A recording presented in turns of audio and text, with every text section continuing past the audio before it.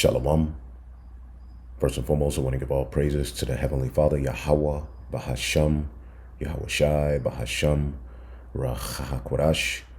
Double honors to the apostles, the bishops, and the elders at Great Millstone who rule well. And as always, we give peace and salutations to the elect. Another episode going into news and prophecy, linking the things happening right before our very eyes to the Holy Scriptures. All right, to show the elect, the faithful in Yahweh Bashim Yahushua, the times that they're in. All right, also to show that the words that are written in the volume of the book are faithful and true, as we are at the end of Esau's world. All right, we are witnessing, things that we wouldn't have imagined. A lot of these things that they put in movies in times past, we thought that they were jokes. We would have never imagined that we would be living in a world where these things will be boasted in, these things will be attempted. But it's end time prophecy, and these things must happen as it is written in the book. Let's get 2nd Ezra, the 4th chapter. Okay. And we'll go to around the 30.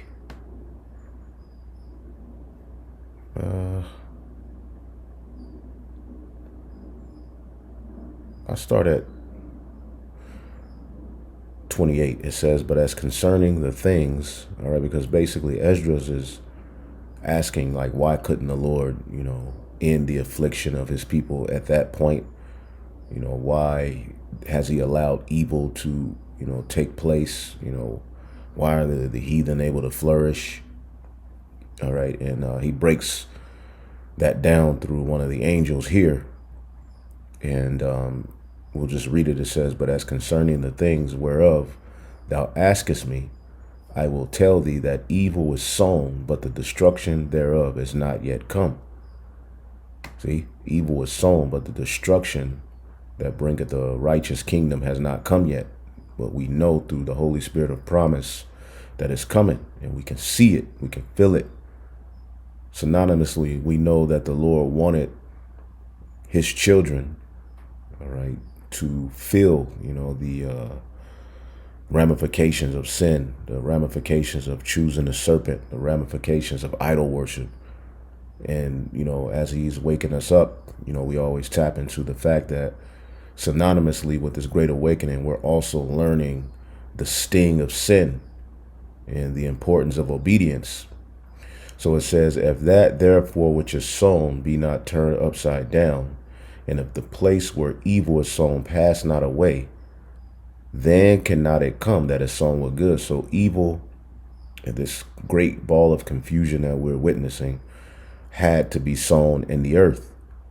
Okay. It says, for the grain of evil seed have been sown in the heart of Adam from the beginning. And how much ungodliness had it brought up unto this time? And how much yet shall it bring forth unto the time of threshing coming? We're coming up on the time of threshing. This is why things are being exposed, because the Lord is getting ready to bring a hardcore judgment. And we can't have any emotions tied to the judgment we're getting ready to see, the judgment that we are seeing. All right, we're coming up on the time of threshing, which the new song was given unto the elect of the nation of Israel, starting with, the 144,000 under Yahweh Shai, which the order of it starts with the 12. those men were given a particular song, a particular doctrine, a particular gospel. And we're not claiming to be of the 12 or of that number, but we are putting on the elect. And as you look out in Israel, it only makes sense, all right, that this is the house of David, man. All right. But we stay humble. We keep the meek aspect, knowing and understanding that we're not finished yet. You see? So evil, started with disobedience, and it will bring forth more until the time of threshing come. The sickle that will be, presented by Yahweh Shai at the time of his coming to cut down evil people, man. It says, ponder now by thyself how great fruit of wickedness the grain of evil seed had brought forth. See that? Look around. Okay. And this was at the time, that the Persians were ruling. Things were evil, but look at it now. Look at the world we live in. Look at the things that are happening around you. Okay. And it's little or no attention set on these things. But we're living at a time where they're boasting in spare human bodies grown in artificial womb, all right, in labs, as scientists insist bodyoids feel no pain and can serve as meat. All right. The researchers insisting on moving forward with their revolutionary plan. Now, in this lesson, what I'm going to do is show you that this was the environment at the Tower of Babel. Okay, which pretty much this is where we are. This is when you read about Babel in the book of Genesis, the 11th chapter. Okay, that's where you get the term Babylon. Now, in the scriptures, we know that you have Babel. As a matter of fact, we can just go to show you where Nimrod became mighty in the earth. And as you can see here, Genesis 10 and 10. I started at 8, and Cush begot Nimrod. He became a mighty one in the earth, just like Esau has become mighty. He was a mighty hunter before Yahweh. Wherefore it is said, even Nimrod, the mighty hunter before the Lord. Okay, and Nimrod means what? All right, let's look it up. Let's look up the word Nimrod. All right, Namrod. All right, and the word you can see that's rooted in this word is marah. All right, which ultimately means rebellious or bitter. All right, and within the name America, all right, you have amargo or amargo, mare, which means, okay, rebellious or bitter. America is a bitter experience. And in one of these satanic, left-handed, gatherings, I forget which one, they worship Nimrod. You see, but Nimrod means rebellion or valiant. Okay. And this is, all right, the start of what is called Babel. Okay. Nimrod founded what is known as Babel. All right. As he went conquering and doing all of his wickedness, he started what is known as Babel. All right. Babal, which means confusion, my mixing. All right. All kind of different philosophies, doctrines, pride. Okay. Babal, to confuse, to mix, to mingle. All right. To fade away. Okay. And this way of life that goes back to Babel, which actually goes back to the garden, has caused righteousness to, the righteous to fade. But the Lord has always left elect men, all right, and women who have stuck to the code. And ultimately, we hope to be of that number. Now, as you can see here, Babal, this is where you get the term Babylon. Okay. Okay. Let's just look up Babylon. Well, I mean, we can go to the New Testament, right? So as you can see here in the Greek, Babylon, okay, which it means confusion. All right, but when you go to the one of the definitions, it says allegorical of Rome as the most corrupt seat of idolatry and the enemy of Christianity or the followers of Yahweh Shai. It says literally or figuratively as a type of tyranny. Okay, and when you go, it links you back to the Hebrew word babal. So again, we go back to Genesis, the 11th chapter. All right, and what we're going to do is tie this to what we're going through here now. Okay, because you had, universal language, Babel, confusion. You see, and what does the scripture say here in the book of Ecclesiastes 1 and 9? Let's get it in the NLT. Okay, it says, history merely repeats itself. It has all been done before. Nothing under the sun is truly new. Okay, history merely repeats itself. So just as we see a hardcore rebellion, by the heathen, and our own people are involved. Okay, going back, to the Tower of Babel. Pretty much, we know that after the flood, Noah, who had Shem, who had Arphaxad, was pretty much responsible. As a matter of fact, let's get it here in Wisdom of Solomon. Let's look it up here. Wisdom of Solomon, 14th chapter. Let's see if it comes up.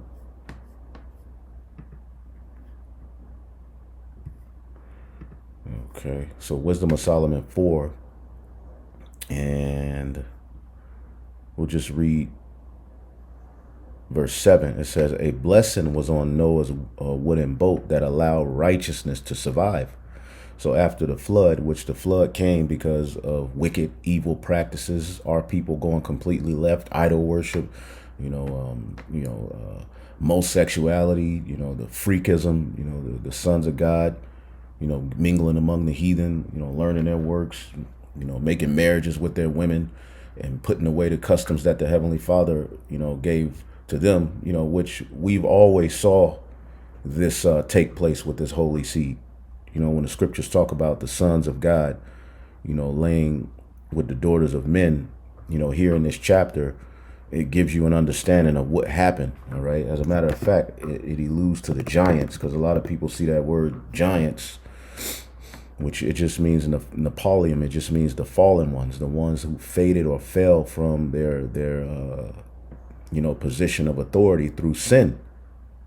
Verse 6, it says, that's how it was in ancient times when a proud race of giants was dying away. And the word giants, all right, when Moses gave you that in Genesis, the 5th and 6th chapter, pretty much he was speaking of the children of Adam through Seth, which were described as giants, which when you go into the word giant, Napolia, okay, it means giant, but when you go into the root word, Nepal, it means the fallen ones.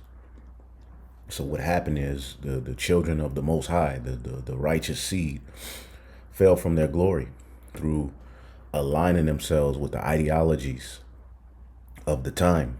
All right, as he's going into, Solomon expounds on his history in this chapter, and he shows you what those sons of God got into, and it was basically idol worship, pride, being ungodly. And this is what we're pretty much facing. But through Noah and notable men who continued in that righteous legacy, as you can see here, righteousness was able to survive. All right, but ultimately what came? Okay, pagan idols. Okay, pagan pride, sexual immorality, and the results of it is pretty much what we're witnessing amongst our own people. When you read this chapter, it mimics Romans, the first chapter, where our people were scattered in the Roman Empire. All right, one of their captivities, and what were they doing? All right, all manner of abominable things, man, and we're living amongst that now. Synonymously, the leaders of the earth, all right, are absolutely taking it there. You see that? Again, the scriptures say history, going back to Ecclesiastes 1 and 9, history merely repeats itself.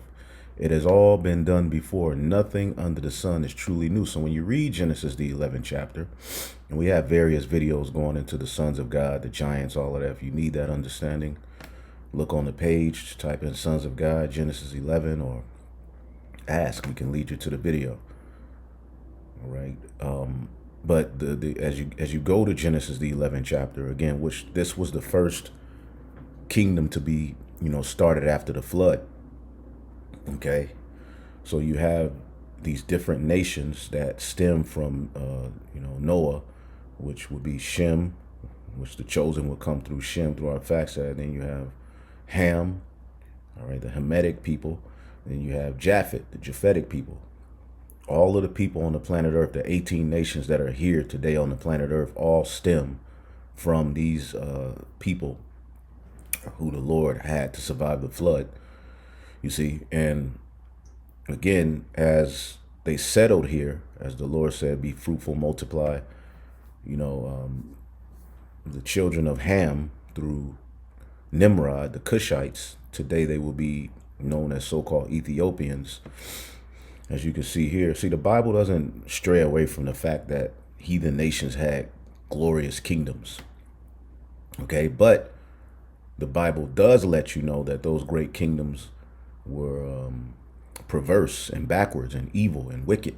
But they did rise to a certain level of notoriety. They were winning for a while. Okay, just like America, but they failed. But as you can see here, this was their plan. All right, this is the book of Genesis 11 and 4. And they said, go to, let us build a city and a tower whose top may reach unto heaven. And let us make a name, lest we be scattered abroad upon the face of the earth. So they wanted to make themselves a name. So again, we know this word name in the Hebrew is shum. But what does that mean? Okay. All right, shum, reputation, fame, glory, memorial, monument. And this is where Esau Edom is right now with his pride. He's trying to make a name for himself, all right, through this new world, through this plan. Okay. And again, in one of the recent news and prophecies, I asked, if you didn't see it, I just go over it real quick, but can AI be linked with the Tower of Babel? If so, how? All right. It says here, that's a fascinating question. You can draw some really interesting parallels between AI and the Tower of Babel, especially in a metaphorical or philosophical sense. Let's break it down. Their ambition and hubris. Okay. It says in the in the Tower of Babel story, humanity attempts, okay, headed by Nimrod, which means rebellion, and his cohorts. They had their technologies, they had their colleges, they had their philosophies. All right, but there was also the philosophy of righteousness, okay, which stemmed from Adam, which Noah, all right, the importance of Noah was that he continued that righteousness and passed it down through Shem, okay, and as we'll tie that all in to how this all plays out to what we're going through today. It says humanity under the guise of Nimrod, okay, attempts to build a tower tall enough to reach the heavens, symbolizing human ambition, unity, and possibly hubris. Let's look up this word. I don't know what it means, so I don't want to keep quoting it without knowing what it means. But again, human ambition, unity. This is all, about we need to, bring everybody up under this one grid. Okay, we're seeing the heathen, use these talking points as a means to get people to fall for it. All right, they're playing on people's emotions. You got all kind of crime, evil. Well, to make things safer, let's all identify ourselves on this grid, which you have Starlink, right? Which, Elon is boasting in. Trump and his team are all about, this whole Starlink plan, where ultimately they're going to have, a grid that surrounds the whole earth. Now, as you see here, it says excessive pride or self-confidence, arrogance, conceit, conceitedness, haughtiness, pride. Okay, and when you get Isaiah the 24th chapter, I had to bring this out, right? Isaiah 24, because this was one of the scriptures I had. Now, the beauty of it is because we know what happened at the Tower of Babel. Okay, it was scattered. So when you get Isaiah 24, okay, let's get it in the NLT. This first verse, it says, look, the Lord is about to destroy the earth and make it a vast wasteland, starting at Babylon the Great, but he's getting ready to bring judgment. We know the whole earth ain't going to be destroyed, but war is coming. All right, it's getting ready to be a chaotic environment on the earth. It says he devastates the surface of the earth and scatters the people. So the Lord is getting ready to scatter this plan, just like he scattered the plan that they attempted at the Tower of Babel.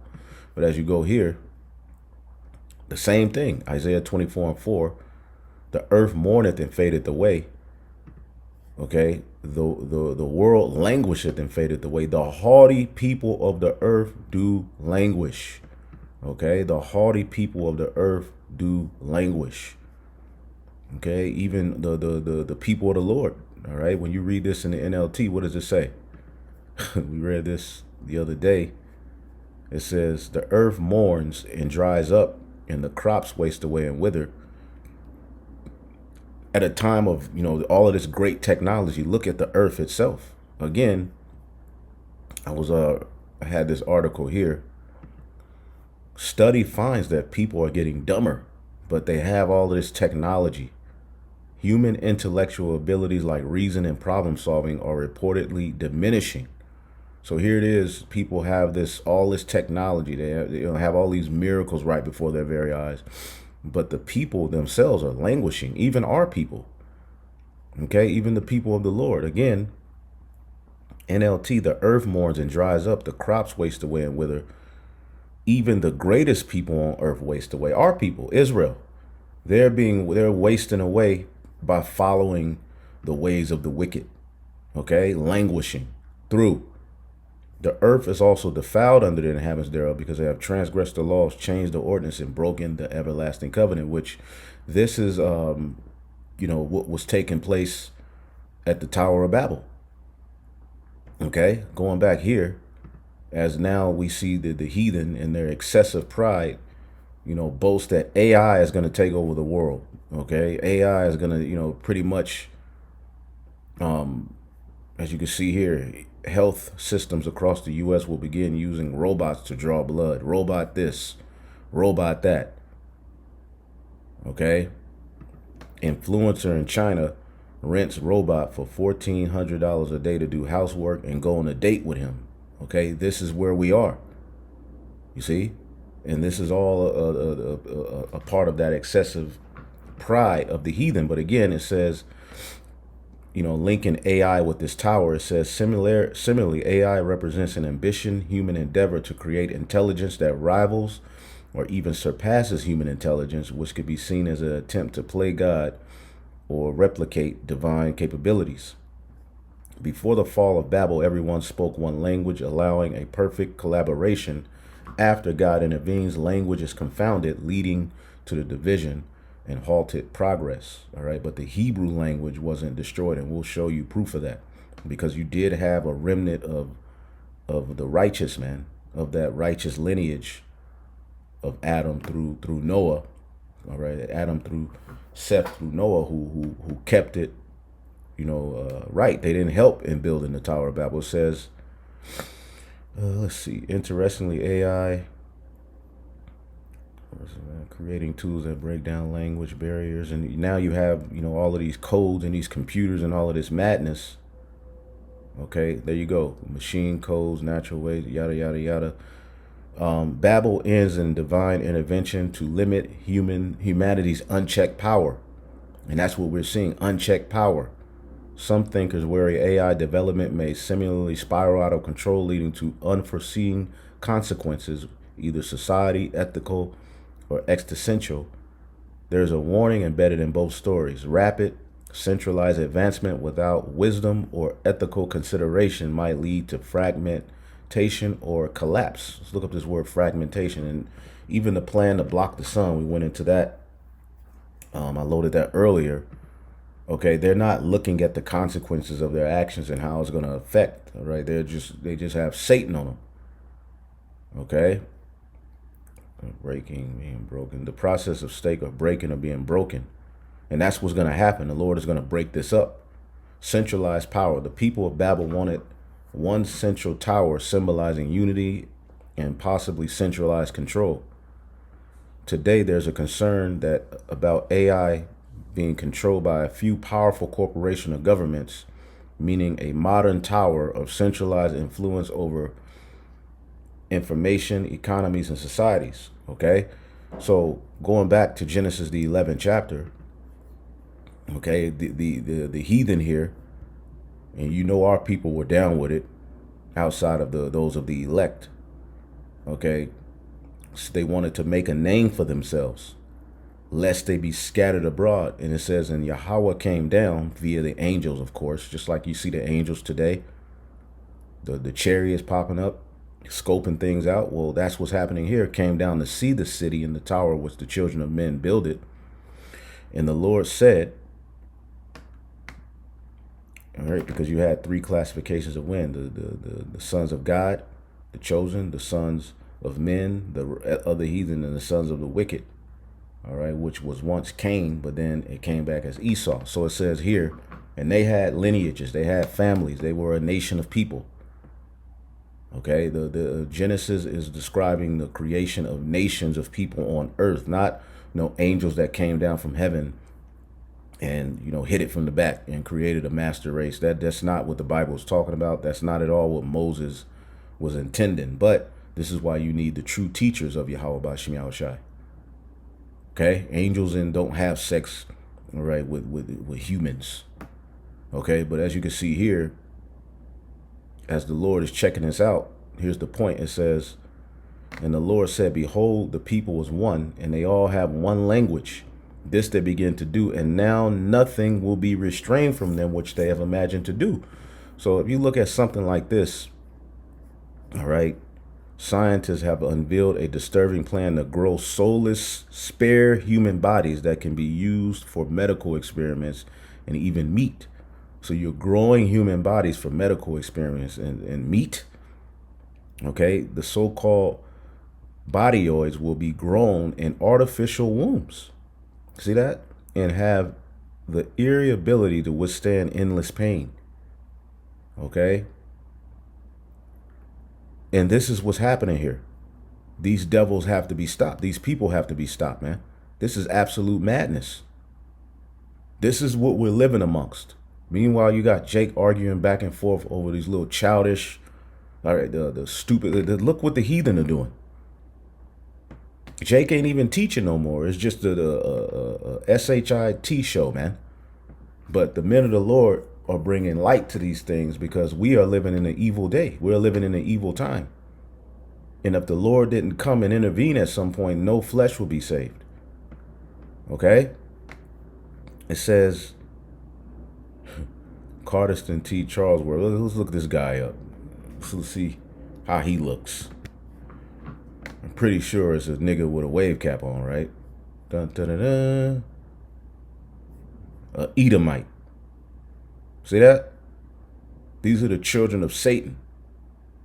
And while they do all of this wickedness, they're able to use their media and witchcraft to make it seem as though, all right, we are the problem. And Jake is helping them. Okay? But again,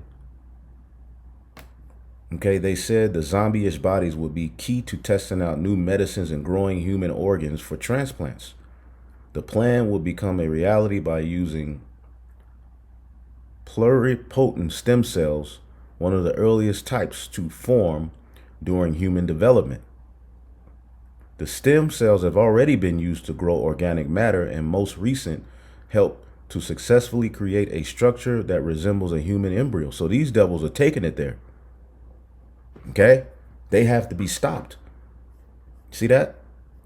And who funds these people? God, the elite. Guys like Gil Bates, they put money into these programs to do this evil. Check this out. Introducing Ectolife, the world's first artificial womb facility, powered entirely by renewable energy. Ectolife allows infertile couple to conceive a baby and become the true biological parents of their own offspring. It's a perfect solution for women who had their uterus surgically removed due to cancer or other complications. So they're creating life. With Ectolife, premature births and C-sections will be a thing of the past. Ectolife is designed to help countries that are suffering from severe population decline. Each state-of-the-art lab can accommodate up to 400 growth pods or artificial wombs. So his solution to all of the hell he's brought through his chemicals, through his foods, through all of with the cancer that this world has brought is always something left-handed. It's never changing your diet, never taking these things out of the food. Now you got RFK acting as if he's talking about getting red dyes out of foods. All right, no more GMO, but it ain't gonna happen. Okay, ultimately the world is too far going left, man. But look at what they're doing. Every pod is designed to replicate the exact conditions that exist inside the mother's uterus. Each group of pods is connected to 2 central bioreactors. The first bioreactor contains nutrients and oxygen, which are supplied to your baby through an artificial umbilical cord. This bioreactor also contains a liquid solution that serves as the amniotic fluid that surrounds babies in the mother's uterus. The second bioreactor is designed to eliminate any waste products produced by the babies. Every growth pod features sensors that can monitor your baby's vital signs, including heartbeat, temperature. Create a nigga, create a baby. Okay, and again, what did we just read? Okay, the when the angels came back to report, okay, they said the people was one, and they all have one language, and this they began to do. Now nothing will be restrained from them, which they have imagined to do. So what the Lord did was confounded it. Now what I did here is I typed in, can you explain Genesis 11:6? What were they doing? Okay. It said this verse of the Tower of Babel story, okay, people all spoke the one language. It says they were making a name for themselves, seeking human glory rather than honoring God. We see that, right? That which is then is now. We see that as we are in Babel the Great, Babylon the Great. We see people seeking human glory on a level that we would have never thought. You're going to grow a baby in a lab? Okay, and people hear this and see this, and it's not really a big deal to them. But people who are standing up for righteousness, there's all kind of videos coming against us. Preventing, all right, to prevent being scattered across the earth, all right, which went against God's command in Genesis 9:1 to fill the earth, okay? Why did God respond this way? Because unity and rebellion, all right, the one world order, it's unity and rebellion, okay? The talking point of a one world government is unity and rebellion. It sounds good, okay? Even they have this plan to bring all religions into one, okay? It sounds good, but it is rebellion. God recognized that their unity and common language gave them great potential. See that? But they were using it for self-glorification instead of obedience. And this is where we are. We're looking at the leaders, which to the modern day Nimrod is now Esau Edom. You see that? It's Esau Edom. Because when you look at the Greeks, the Romans, where did they get all of their gods from? Where did they get all of their philosophies? They went back to Babel. They went back to the Canaanites. They went back to the Egyptians. They went to all of this madness, and now they have the power, all right, and the technology to really act upon things in a way that none of these heathen had the ability to do. Now, Nimrod and them, they did have their technology, they did have their science, but this is like never before. Unchecked human pride. The phrase, nothing they propose to do will be impossible for them, suggests that left unchecked, humanity would continue in defiant pride and possibly even greater rebellion against God. And this is what we're witnessing. We're seeing unchecked, okay, until the Lord checks them, human pride. Okay, basically, they anything that they imagine, they say, let's try it. Whether it be sexually, whether it be invention-wise. And none of it is actually speaking to righteousness. None of it actually really helps people. And it's all used as a snare, all right, to ultimately guide you into this MOTB system, man. Humanity could continue in defiant pride and possibly even greater rebellion against God. All right, intervention to protect humanity. By confusing their language and scattering them, God prevented them from falling into greater sin and instead redirected them towards his purpose to populate the earth. And this is the Lord is going to redirect. He's going to squash their plans and ultimately set up a righteous kingdom. Okay. So I typed in also, what does Josephus say about Nimrod? Josephus is a Jew who basically was in the Roman Empire, and he, pretty much has a lot of history. You go to him, he has a lot of history. All right.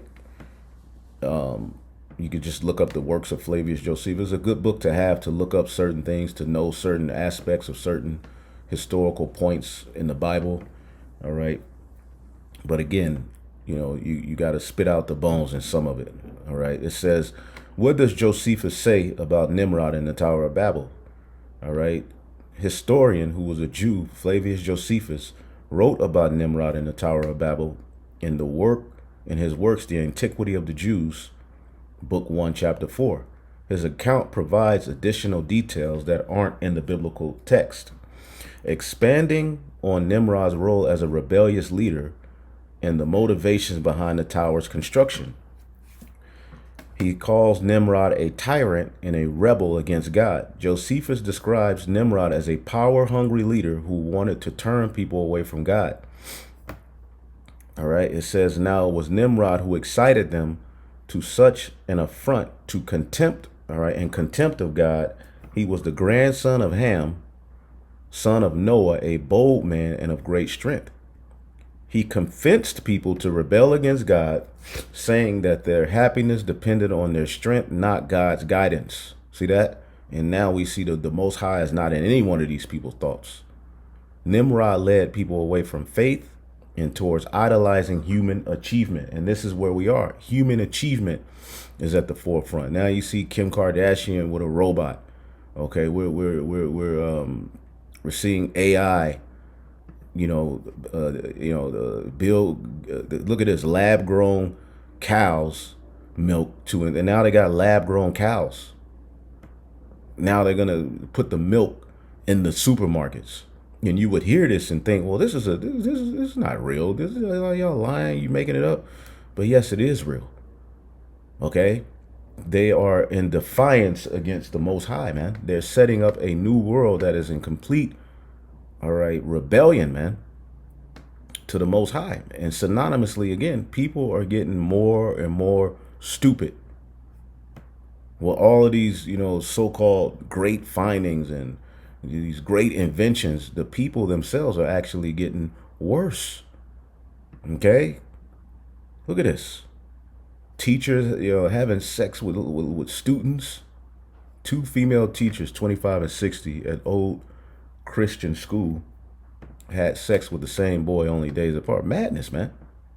You think you're sending your child to a Christian school and look who's there. That ain't what I wanted, but Chinese scientists responsible for gene-edited babies seek to make a comeback. Okay, I mean, everywhere you look, it's just rebellion. It's just confusion. Reports of sea lions exhibiting strange behavior sparked concern about toxic algae on California's coast.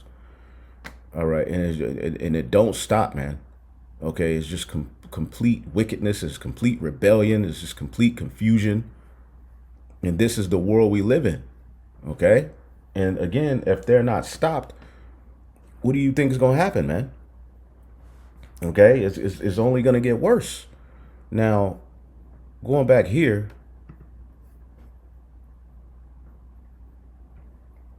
it says the purpose of the tower defying God, which Daniel 7:25 tells you that they would defy the Most High. Okay, Josephus states that the tower was built out of fear and defiance. He, Nimrod, also gradually changed the government into tyranny. See that? Tyranny. What is tyranny? Do you know what that means? That's what we're being set up. That's what's happening on the planet Earth. Okay? Tyranny. Okay? Absolute power, dictatorship, rule, reign. And Trump, along with Musk, doing the bidding of the elite, are coming in as emperors. Fascism. You see, he did that Roman Nazi salute. That goes back to fascism. Okay? They are getting ready to bring the pain. Again, Isaiah the 19th chapter says what?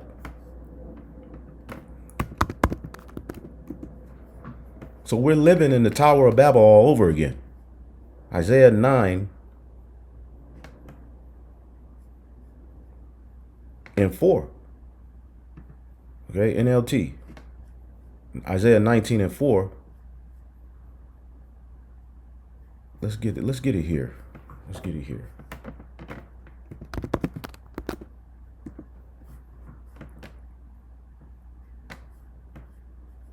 GNT.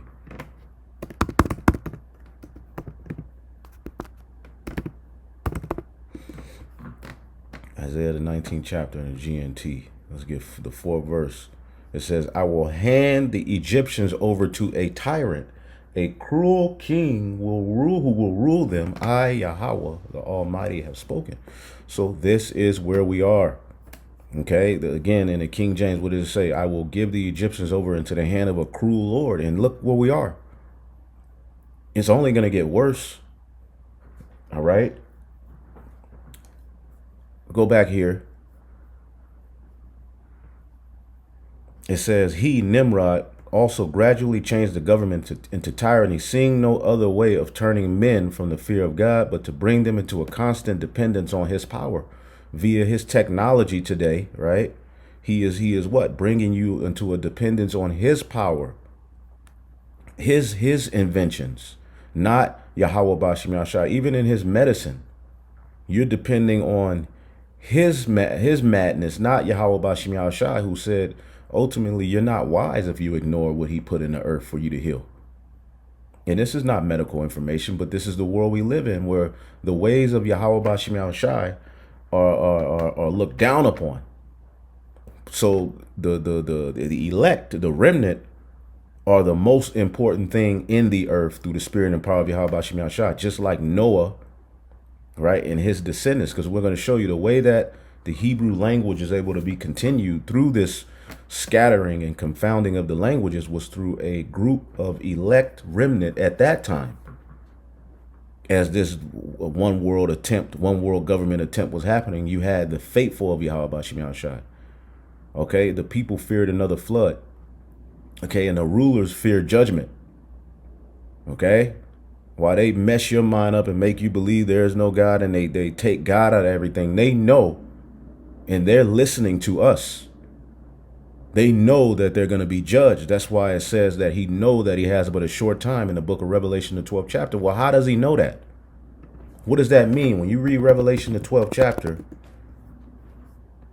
in the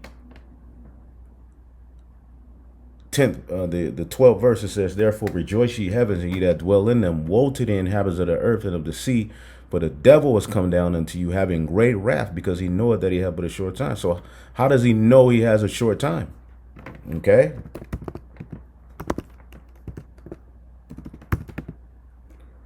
Let's get Jeremiah, the 51st chapter. Man.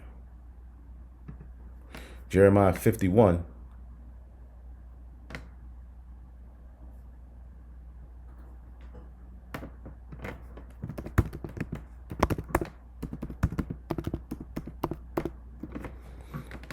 In 43, it says, the king of Babylon had heard the report of them, and his hands waxed feeble. Anguish took hold of him as pangs as of a woman in travail. Okay. So again, he's saying the people feared judgment. Okay. People feared the flood like Noah's and wanted to build a tower high enough to survive any future judgment from God.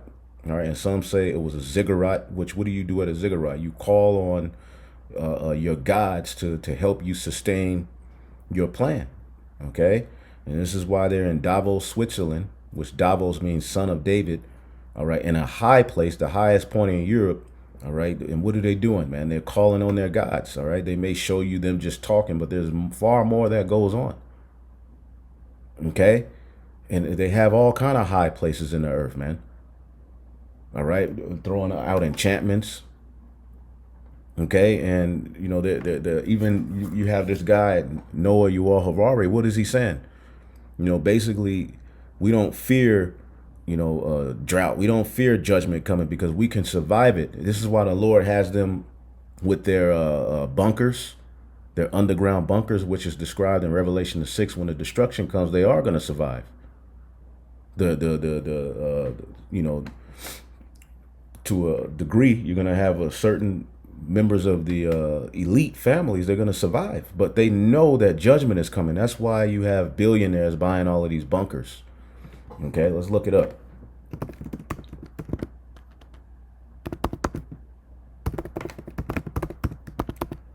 All right, billionaires buying bunkers, man.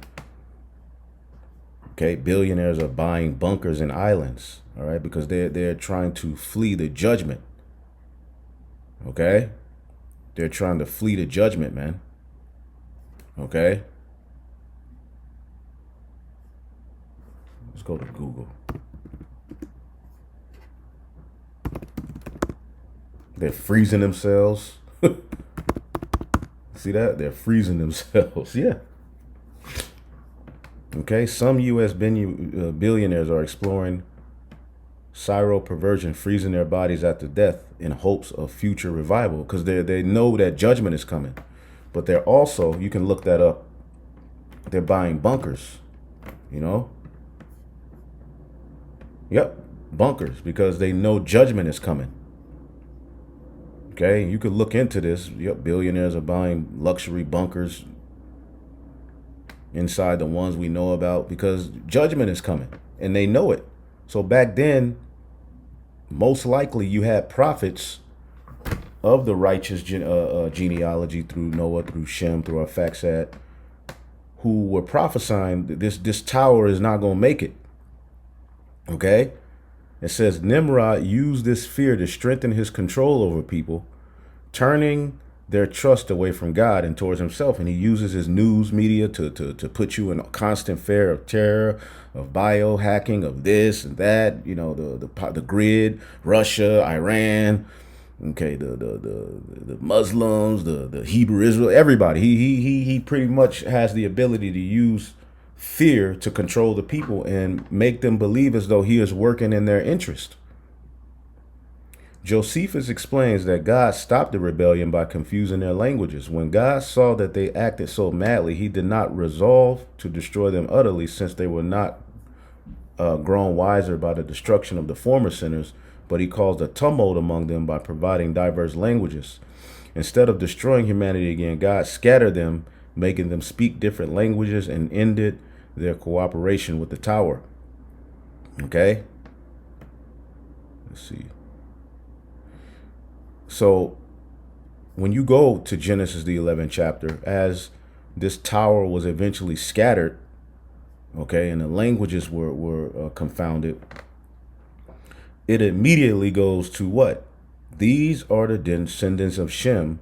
These are the generations of Shem. Shem was 100 years old and begot Arphaxad 2 years after the flood. So when you hear the term Sem, this is really what they're talking about. Which Shem had 5 sons, but the chosen came through Arphaxad. This line would lead to Abraham, Isaac, Jacob. When you read this lineage again, when you keep going down, who does it lead to? Abram.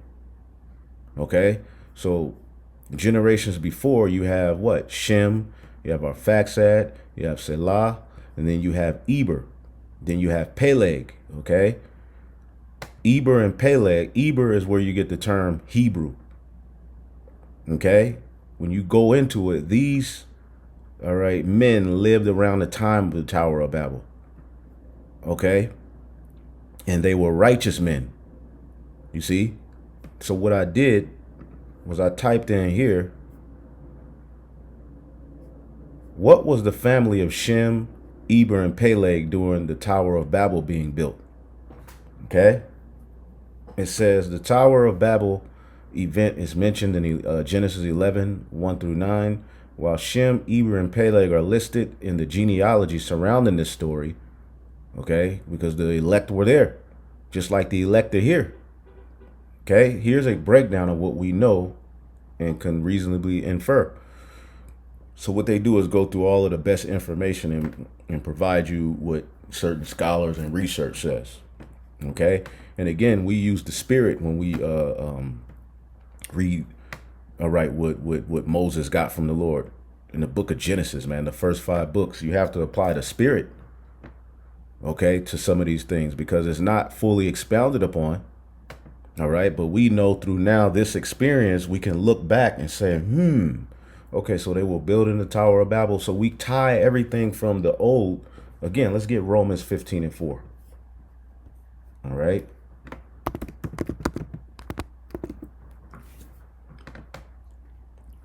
Whatsoever things were written aforetime were written for our learning, that we through patience and comfort of the scriptures might have hope. So we have hope the Lord is going to move again. So what it says is Shem was Noah's son and lived long after the flood. He was actually alive when Abraham was alive. Eber, sometimes considered the ancestor of the Hebrews, was Shem's great grandson. That's where you get the word Hebrew, Eber, showing you that the legacy of righteousness, just like we read in the book of Wisdom of Solomon, the 14th chapter, G&T, that through Noah, righteousness was able to continue. Well, it would be through these men, Shem, all right, Arphaxad, Eber, Peleg, that righteousness was able to continue, all right.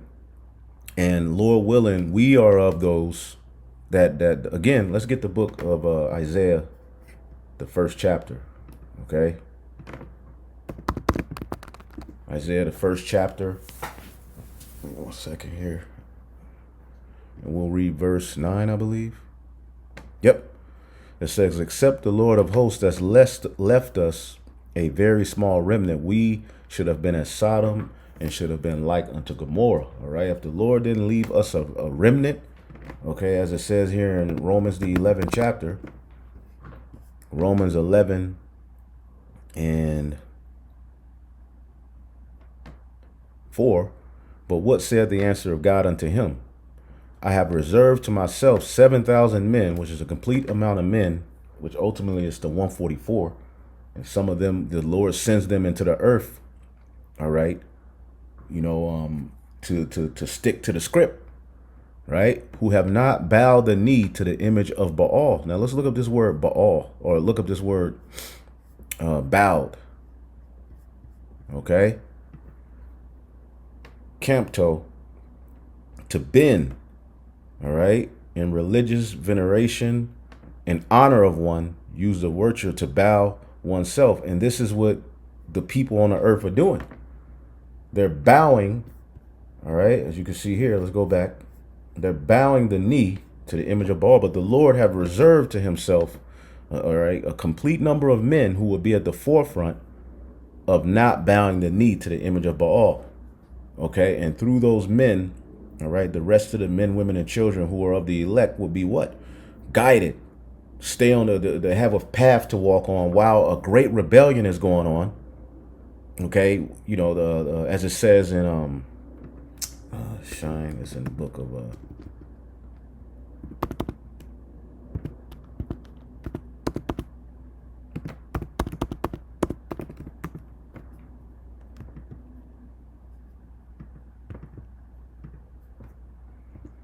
that Shine, crooked. See it. Oh Lord. Boom. Philippians 2:15, that ye may be blameless and harmless, the sons of God, without rebuke, in the midst of a crooked and perverse nation, among whom ye shine as lights in the world. So just as back then, you had a whole hell of a lot of our people helping to build the tower, just like you see today. Lil Wayne, all of these, the Dwayne Wade, they're helping to build the Tower of Babel. They're helping to build the stronghold of confusion. Okay? But the Lord has always left the remnant who have not bowed the knee to the image of Baal. Even so, at this present time, there is also a remnant according to the election of grace. So there's a remnant, just like there was a remnant back then through, all right. And when you read about Eber, okay, and Selah begot Eber, and Selah lived and he begot Eber 403 years, and he begot sons and daughters. You got to understand, these men had sons and daughters, and their sons and daughters had sons and daughters. So this represents a remnant. It's not just one Eber. No, he was just at the forefront, just like you have notable men here who are at the forefront of keeping our people in the right mind today? Well, Eber, all right, Peleg, okay, which Peleg means division, okay? So they had sons and daughters, man. So going back here, Peleg was Eber's son. It says Genesis 20:10 and 25 says, in Peleg days the earth was divided. Many scholars and traditions connect this division to the scattering of the people after the Tower of Babel. So Peleg's life seems to overlap the events in Babel. So he was around during that time. Okay. What were they doing? I asked. What were they doing during that time? It says the Bible doesn't explicitly say what Shem, Eber, or Peleg did during the Tower of Babel's construction. However, they were likely part of a broader human community at that time. All right. It says sometimes, it says Jewish tradition, all right, amongst certain Jewish scholars and in certain writings, it says sometimes suggests that Shem and Eber did not participate in the building of the tower, instead maintain their faithfulness to the Most High. See that? Some say Eber preserved the original language, often believed to be the Hebrew, okay, and avoided involvement in the rebellion. There you go. And it only makes sense. All right. It only makes sense that there was an elect remnant at the time of the Tower of Babel, just like there's an elect remnant at Babylon the Great. Okay. Point blank, period. All right. Let's get this real quick. The patriarchs, Sirach 49 and 14 in the GNT. All right. Because they belong to this lineage. All right. Enoch was in that lineage. It said there was none like Enoch. All right. No one else like Enoch has ever walked the face of the earth, for he was taken up from the earth. And the elect are going to be taken up from the earth. No one else like Joseph was ever born. Even his bones were honored. Shem. Okay. Seth. All right. Enos were highly honored. So these men were highly honored. When you read Genesis, okay, let's go to Genesis, the 5th chapter. Okay. The sons of God. These men that you read about that were made in the image of the Most High through Adam, okay, through Seth, okay, because Abel was slew. They kept the righteous, the sacrifice and everything. They kept it a buck. They didn't fall away. See that? Methuselah. All right, which leads to, you have Enoch, you have Methuselah. This leads to Noah, who had Shem. Again, let's read it again. It says, Sirach 49 and 16 GNT, Shem, Seth, and Enos. And what happened at the time of Enos? Because Abel was slew, it says, then began men to call on the name of the Lord. Let's get that. Let's get Genesis, the 4th chapter. Genesis 4 and 26. And to Seth, to him there was also born a son, and he called his name Enos. Then began men to call on the name of the Lord. So again, there's a doctrine. All right, there's a way that was passed down that was eventually continued, all right, through Noah, all right, because the flood came, all right, through Shem. And then by the time we get to Genesis, the 11th chapter, okay, this family line lived through a great rebellion. See that? Let's go back here. All right. So again, and it makes sense that because you have like people like Bishop Nathaniel, he's saying we don't have the Hebrew language anymore. The original Hebrew that Adam spoke was, and I remember him bringing up the Tower of Babel. We no longer have the true Hebrew. But no, okay, through Eber, all right, and through, again, if you're reading this with a spiritual eye, Shem means name. So the name that was being called upon was being continued through this lineage, or Faxad, Selah, Eber. That's why Abram was called a Hebrew. Abram called on the same name that Adam called upon.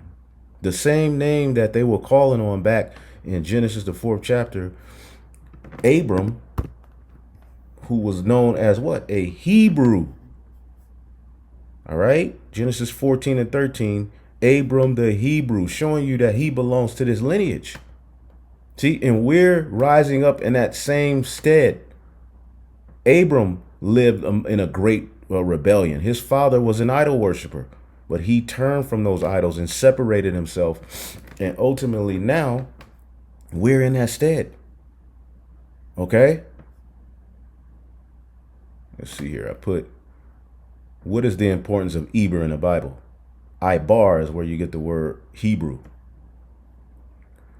Who was Eber? Eber is the great grandson of Shem, the son of Selah.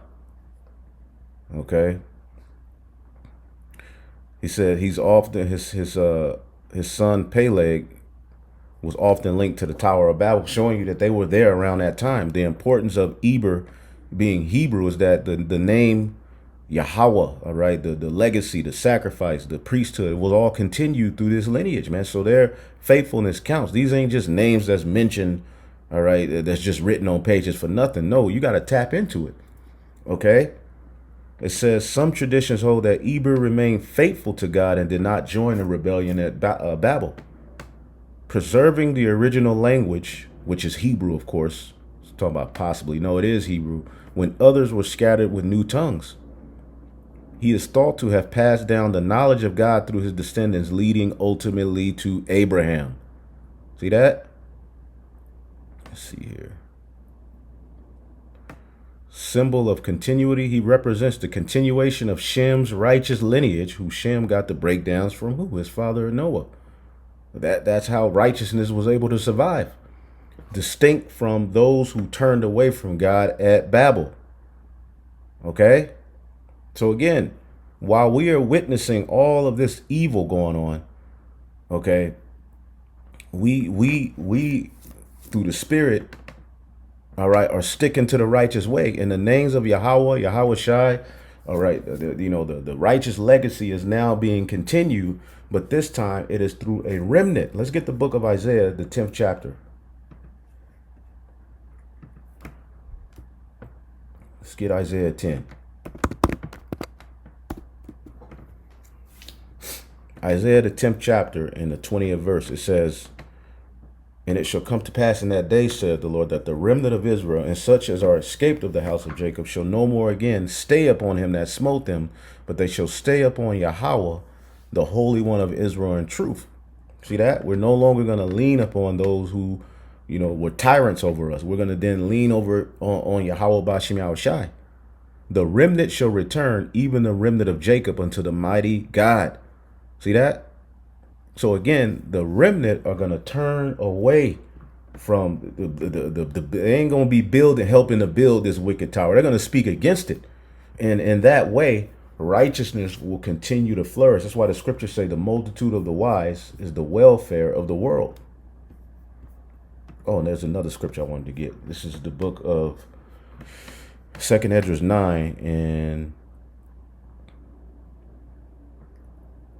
20. "So I considered the world, and behold, there was peril because of the devices that were coming to it.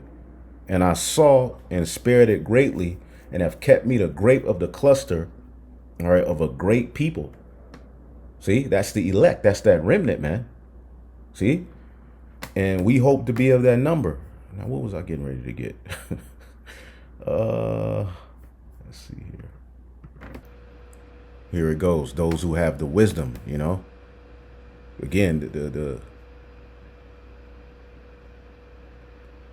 verse 20, "Therefore the desire of wisdom bringeth to a kingdom," not, technology, not science. Okay. It says in verse 24, "But the multitude of the wise is the welfare of the world, and a wise king is the upholding of the people." Everybody is going to win at the end, okay, through this righteous doctrine, man. Now, everybody won't be on the same level, but the heathen will be far better off under our rule, under the kingdom of heaven, man. "Receive, therefore, instruction through my words, and it shall do you good." And see, Esau ain't doing that. Okay? You go to this website here. I mean, again, we're living in a great rebellion, man. Okay? I mean, when you go into the stuff that they're doing, okay, what the hell? Personal robots will cook your meals, clean your house, do your laundry, tutor your kids, drive your car, cut your grass. From 20 to 30,000, man. This is madness. AI therapists solving your problems. In 10 years, all right, humans won't be needed anymore. Crypto supremacy, technocracy, and algocracy, all right, the great reset of the NWO. I mean, it goes on and on and on. This is off of technocracy.news. You can look up that website and get these articles and actually go into them. I don't want to, the point was made, but again, look what we're living amongst. This is Nimrod all over again. Okay? And they're boasting in some, I mean, what does it say in Daniel? Again, let's get Daniel 7. Daniel 7:25, it says, and he shall speak great words against the Most High, and shall wear out the saints of the Most High, and think to change times and laws, and they shall be given unto his hand a time and times and dividing of times. Again, this is prophecy of where we are now, but NLT, and he will defy the Most High and oppress the holy people of the Most High. See? And again, the word defy, he's in defiance. All right? The just are going to have to live by faith. You see? Disobey, refuse to obey, go against, rebel against, openly resist. This is what he's doing. Okay? In the world, these people worship him. Let's get Revelation, the 13th chapter. In the 8th verse. All that dwell upon the earth shall worship him. Okay? Let's look up the word worship. Proskuneo, to kiss the hand in the token of reverence. They're bowing the knee. Okay? In the New Testament, by kneeling or prostration to do homage. People are doing homage. Okay? To make one do homage, or to make one obsequious, whether in order to express direct or make supplication. So again, it says, and all that dwell upon the earth shall worship him by means of those miracles, whose names are not written in the book of the life of Lamb slain from the foundation of the world. The elect are the ones written in the book of life. You see? So everybody is deceived by, these miracles. They're really being drawn, all right, to the kingdom of Satan, man. So I just wanted to tap into that. Just did a little research and wanted to share it with you. I mean, it's so much more. All right. But it don't stop. The article we had was enough here. Okay. They're talking about going to Mars. I mean, it's getting worse and worse, man. Okay. It's getting worse and worse. But these are the times we're living in. So hopefully we are of that, that righteous generation that is not aiding and building the tower, but yet prophesying against it, and the Lord will hear our cries, man. So, again, we just went into some history, and hopefully, you all built up and edified. We'll be back with more. I had a few other articles I wanted to tap into, but I'll do that in the next News and Prophecy. And I'm dealing with a new schedule now, so, Lord willing, we can get these News and Prophecies back going. But shalom.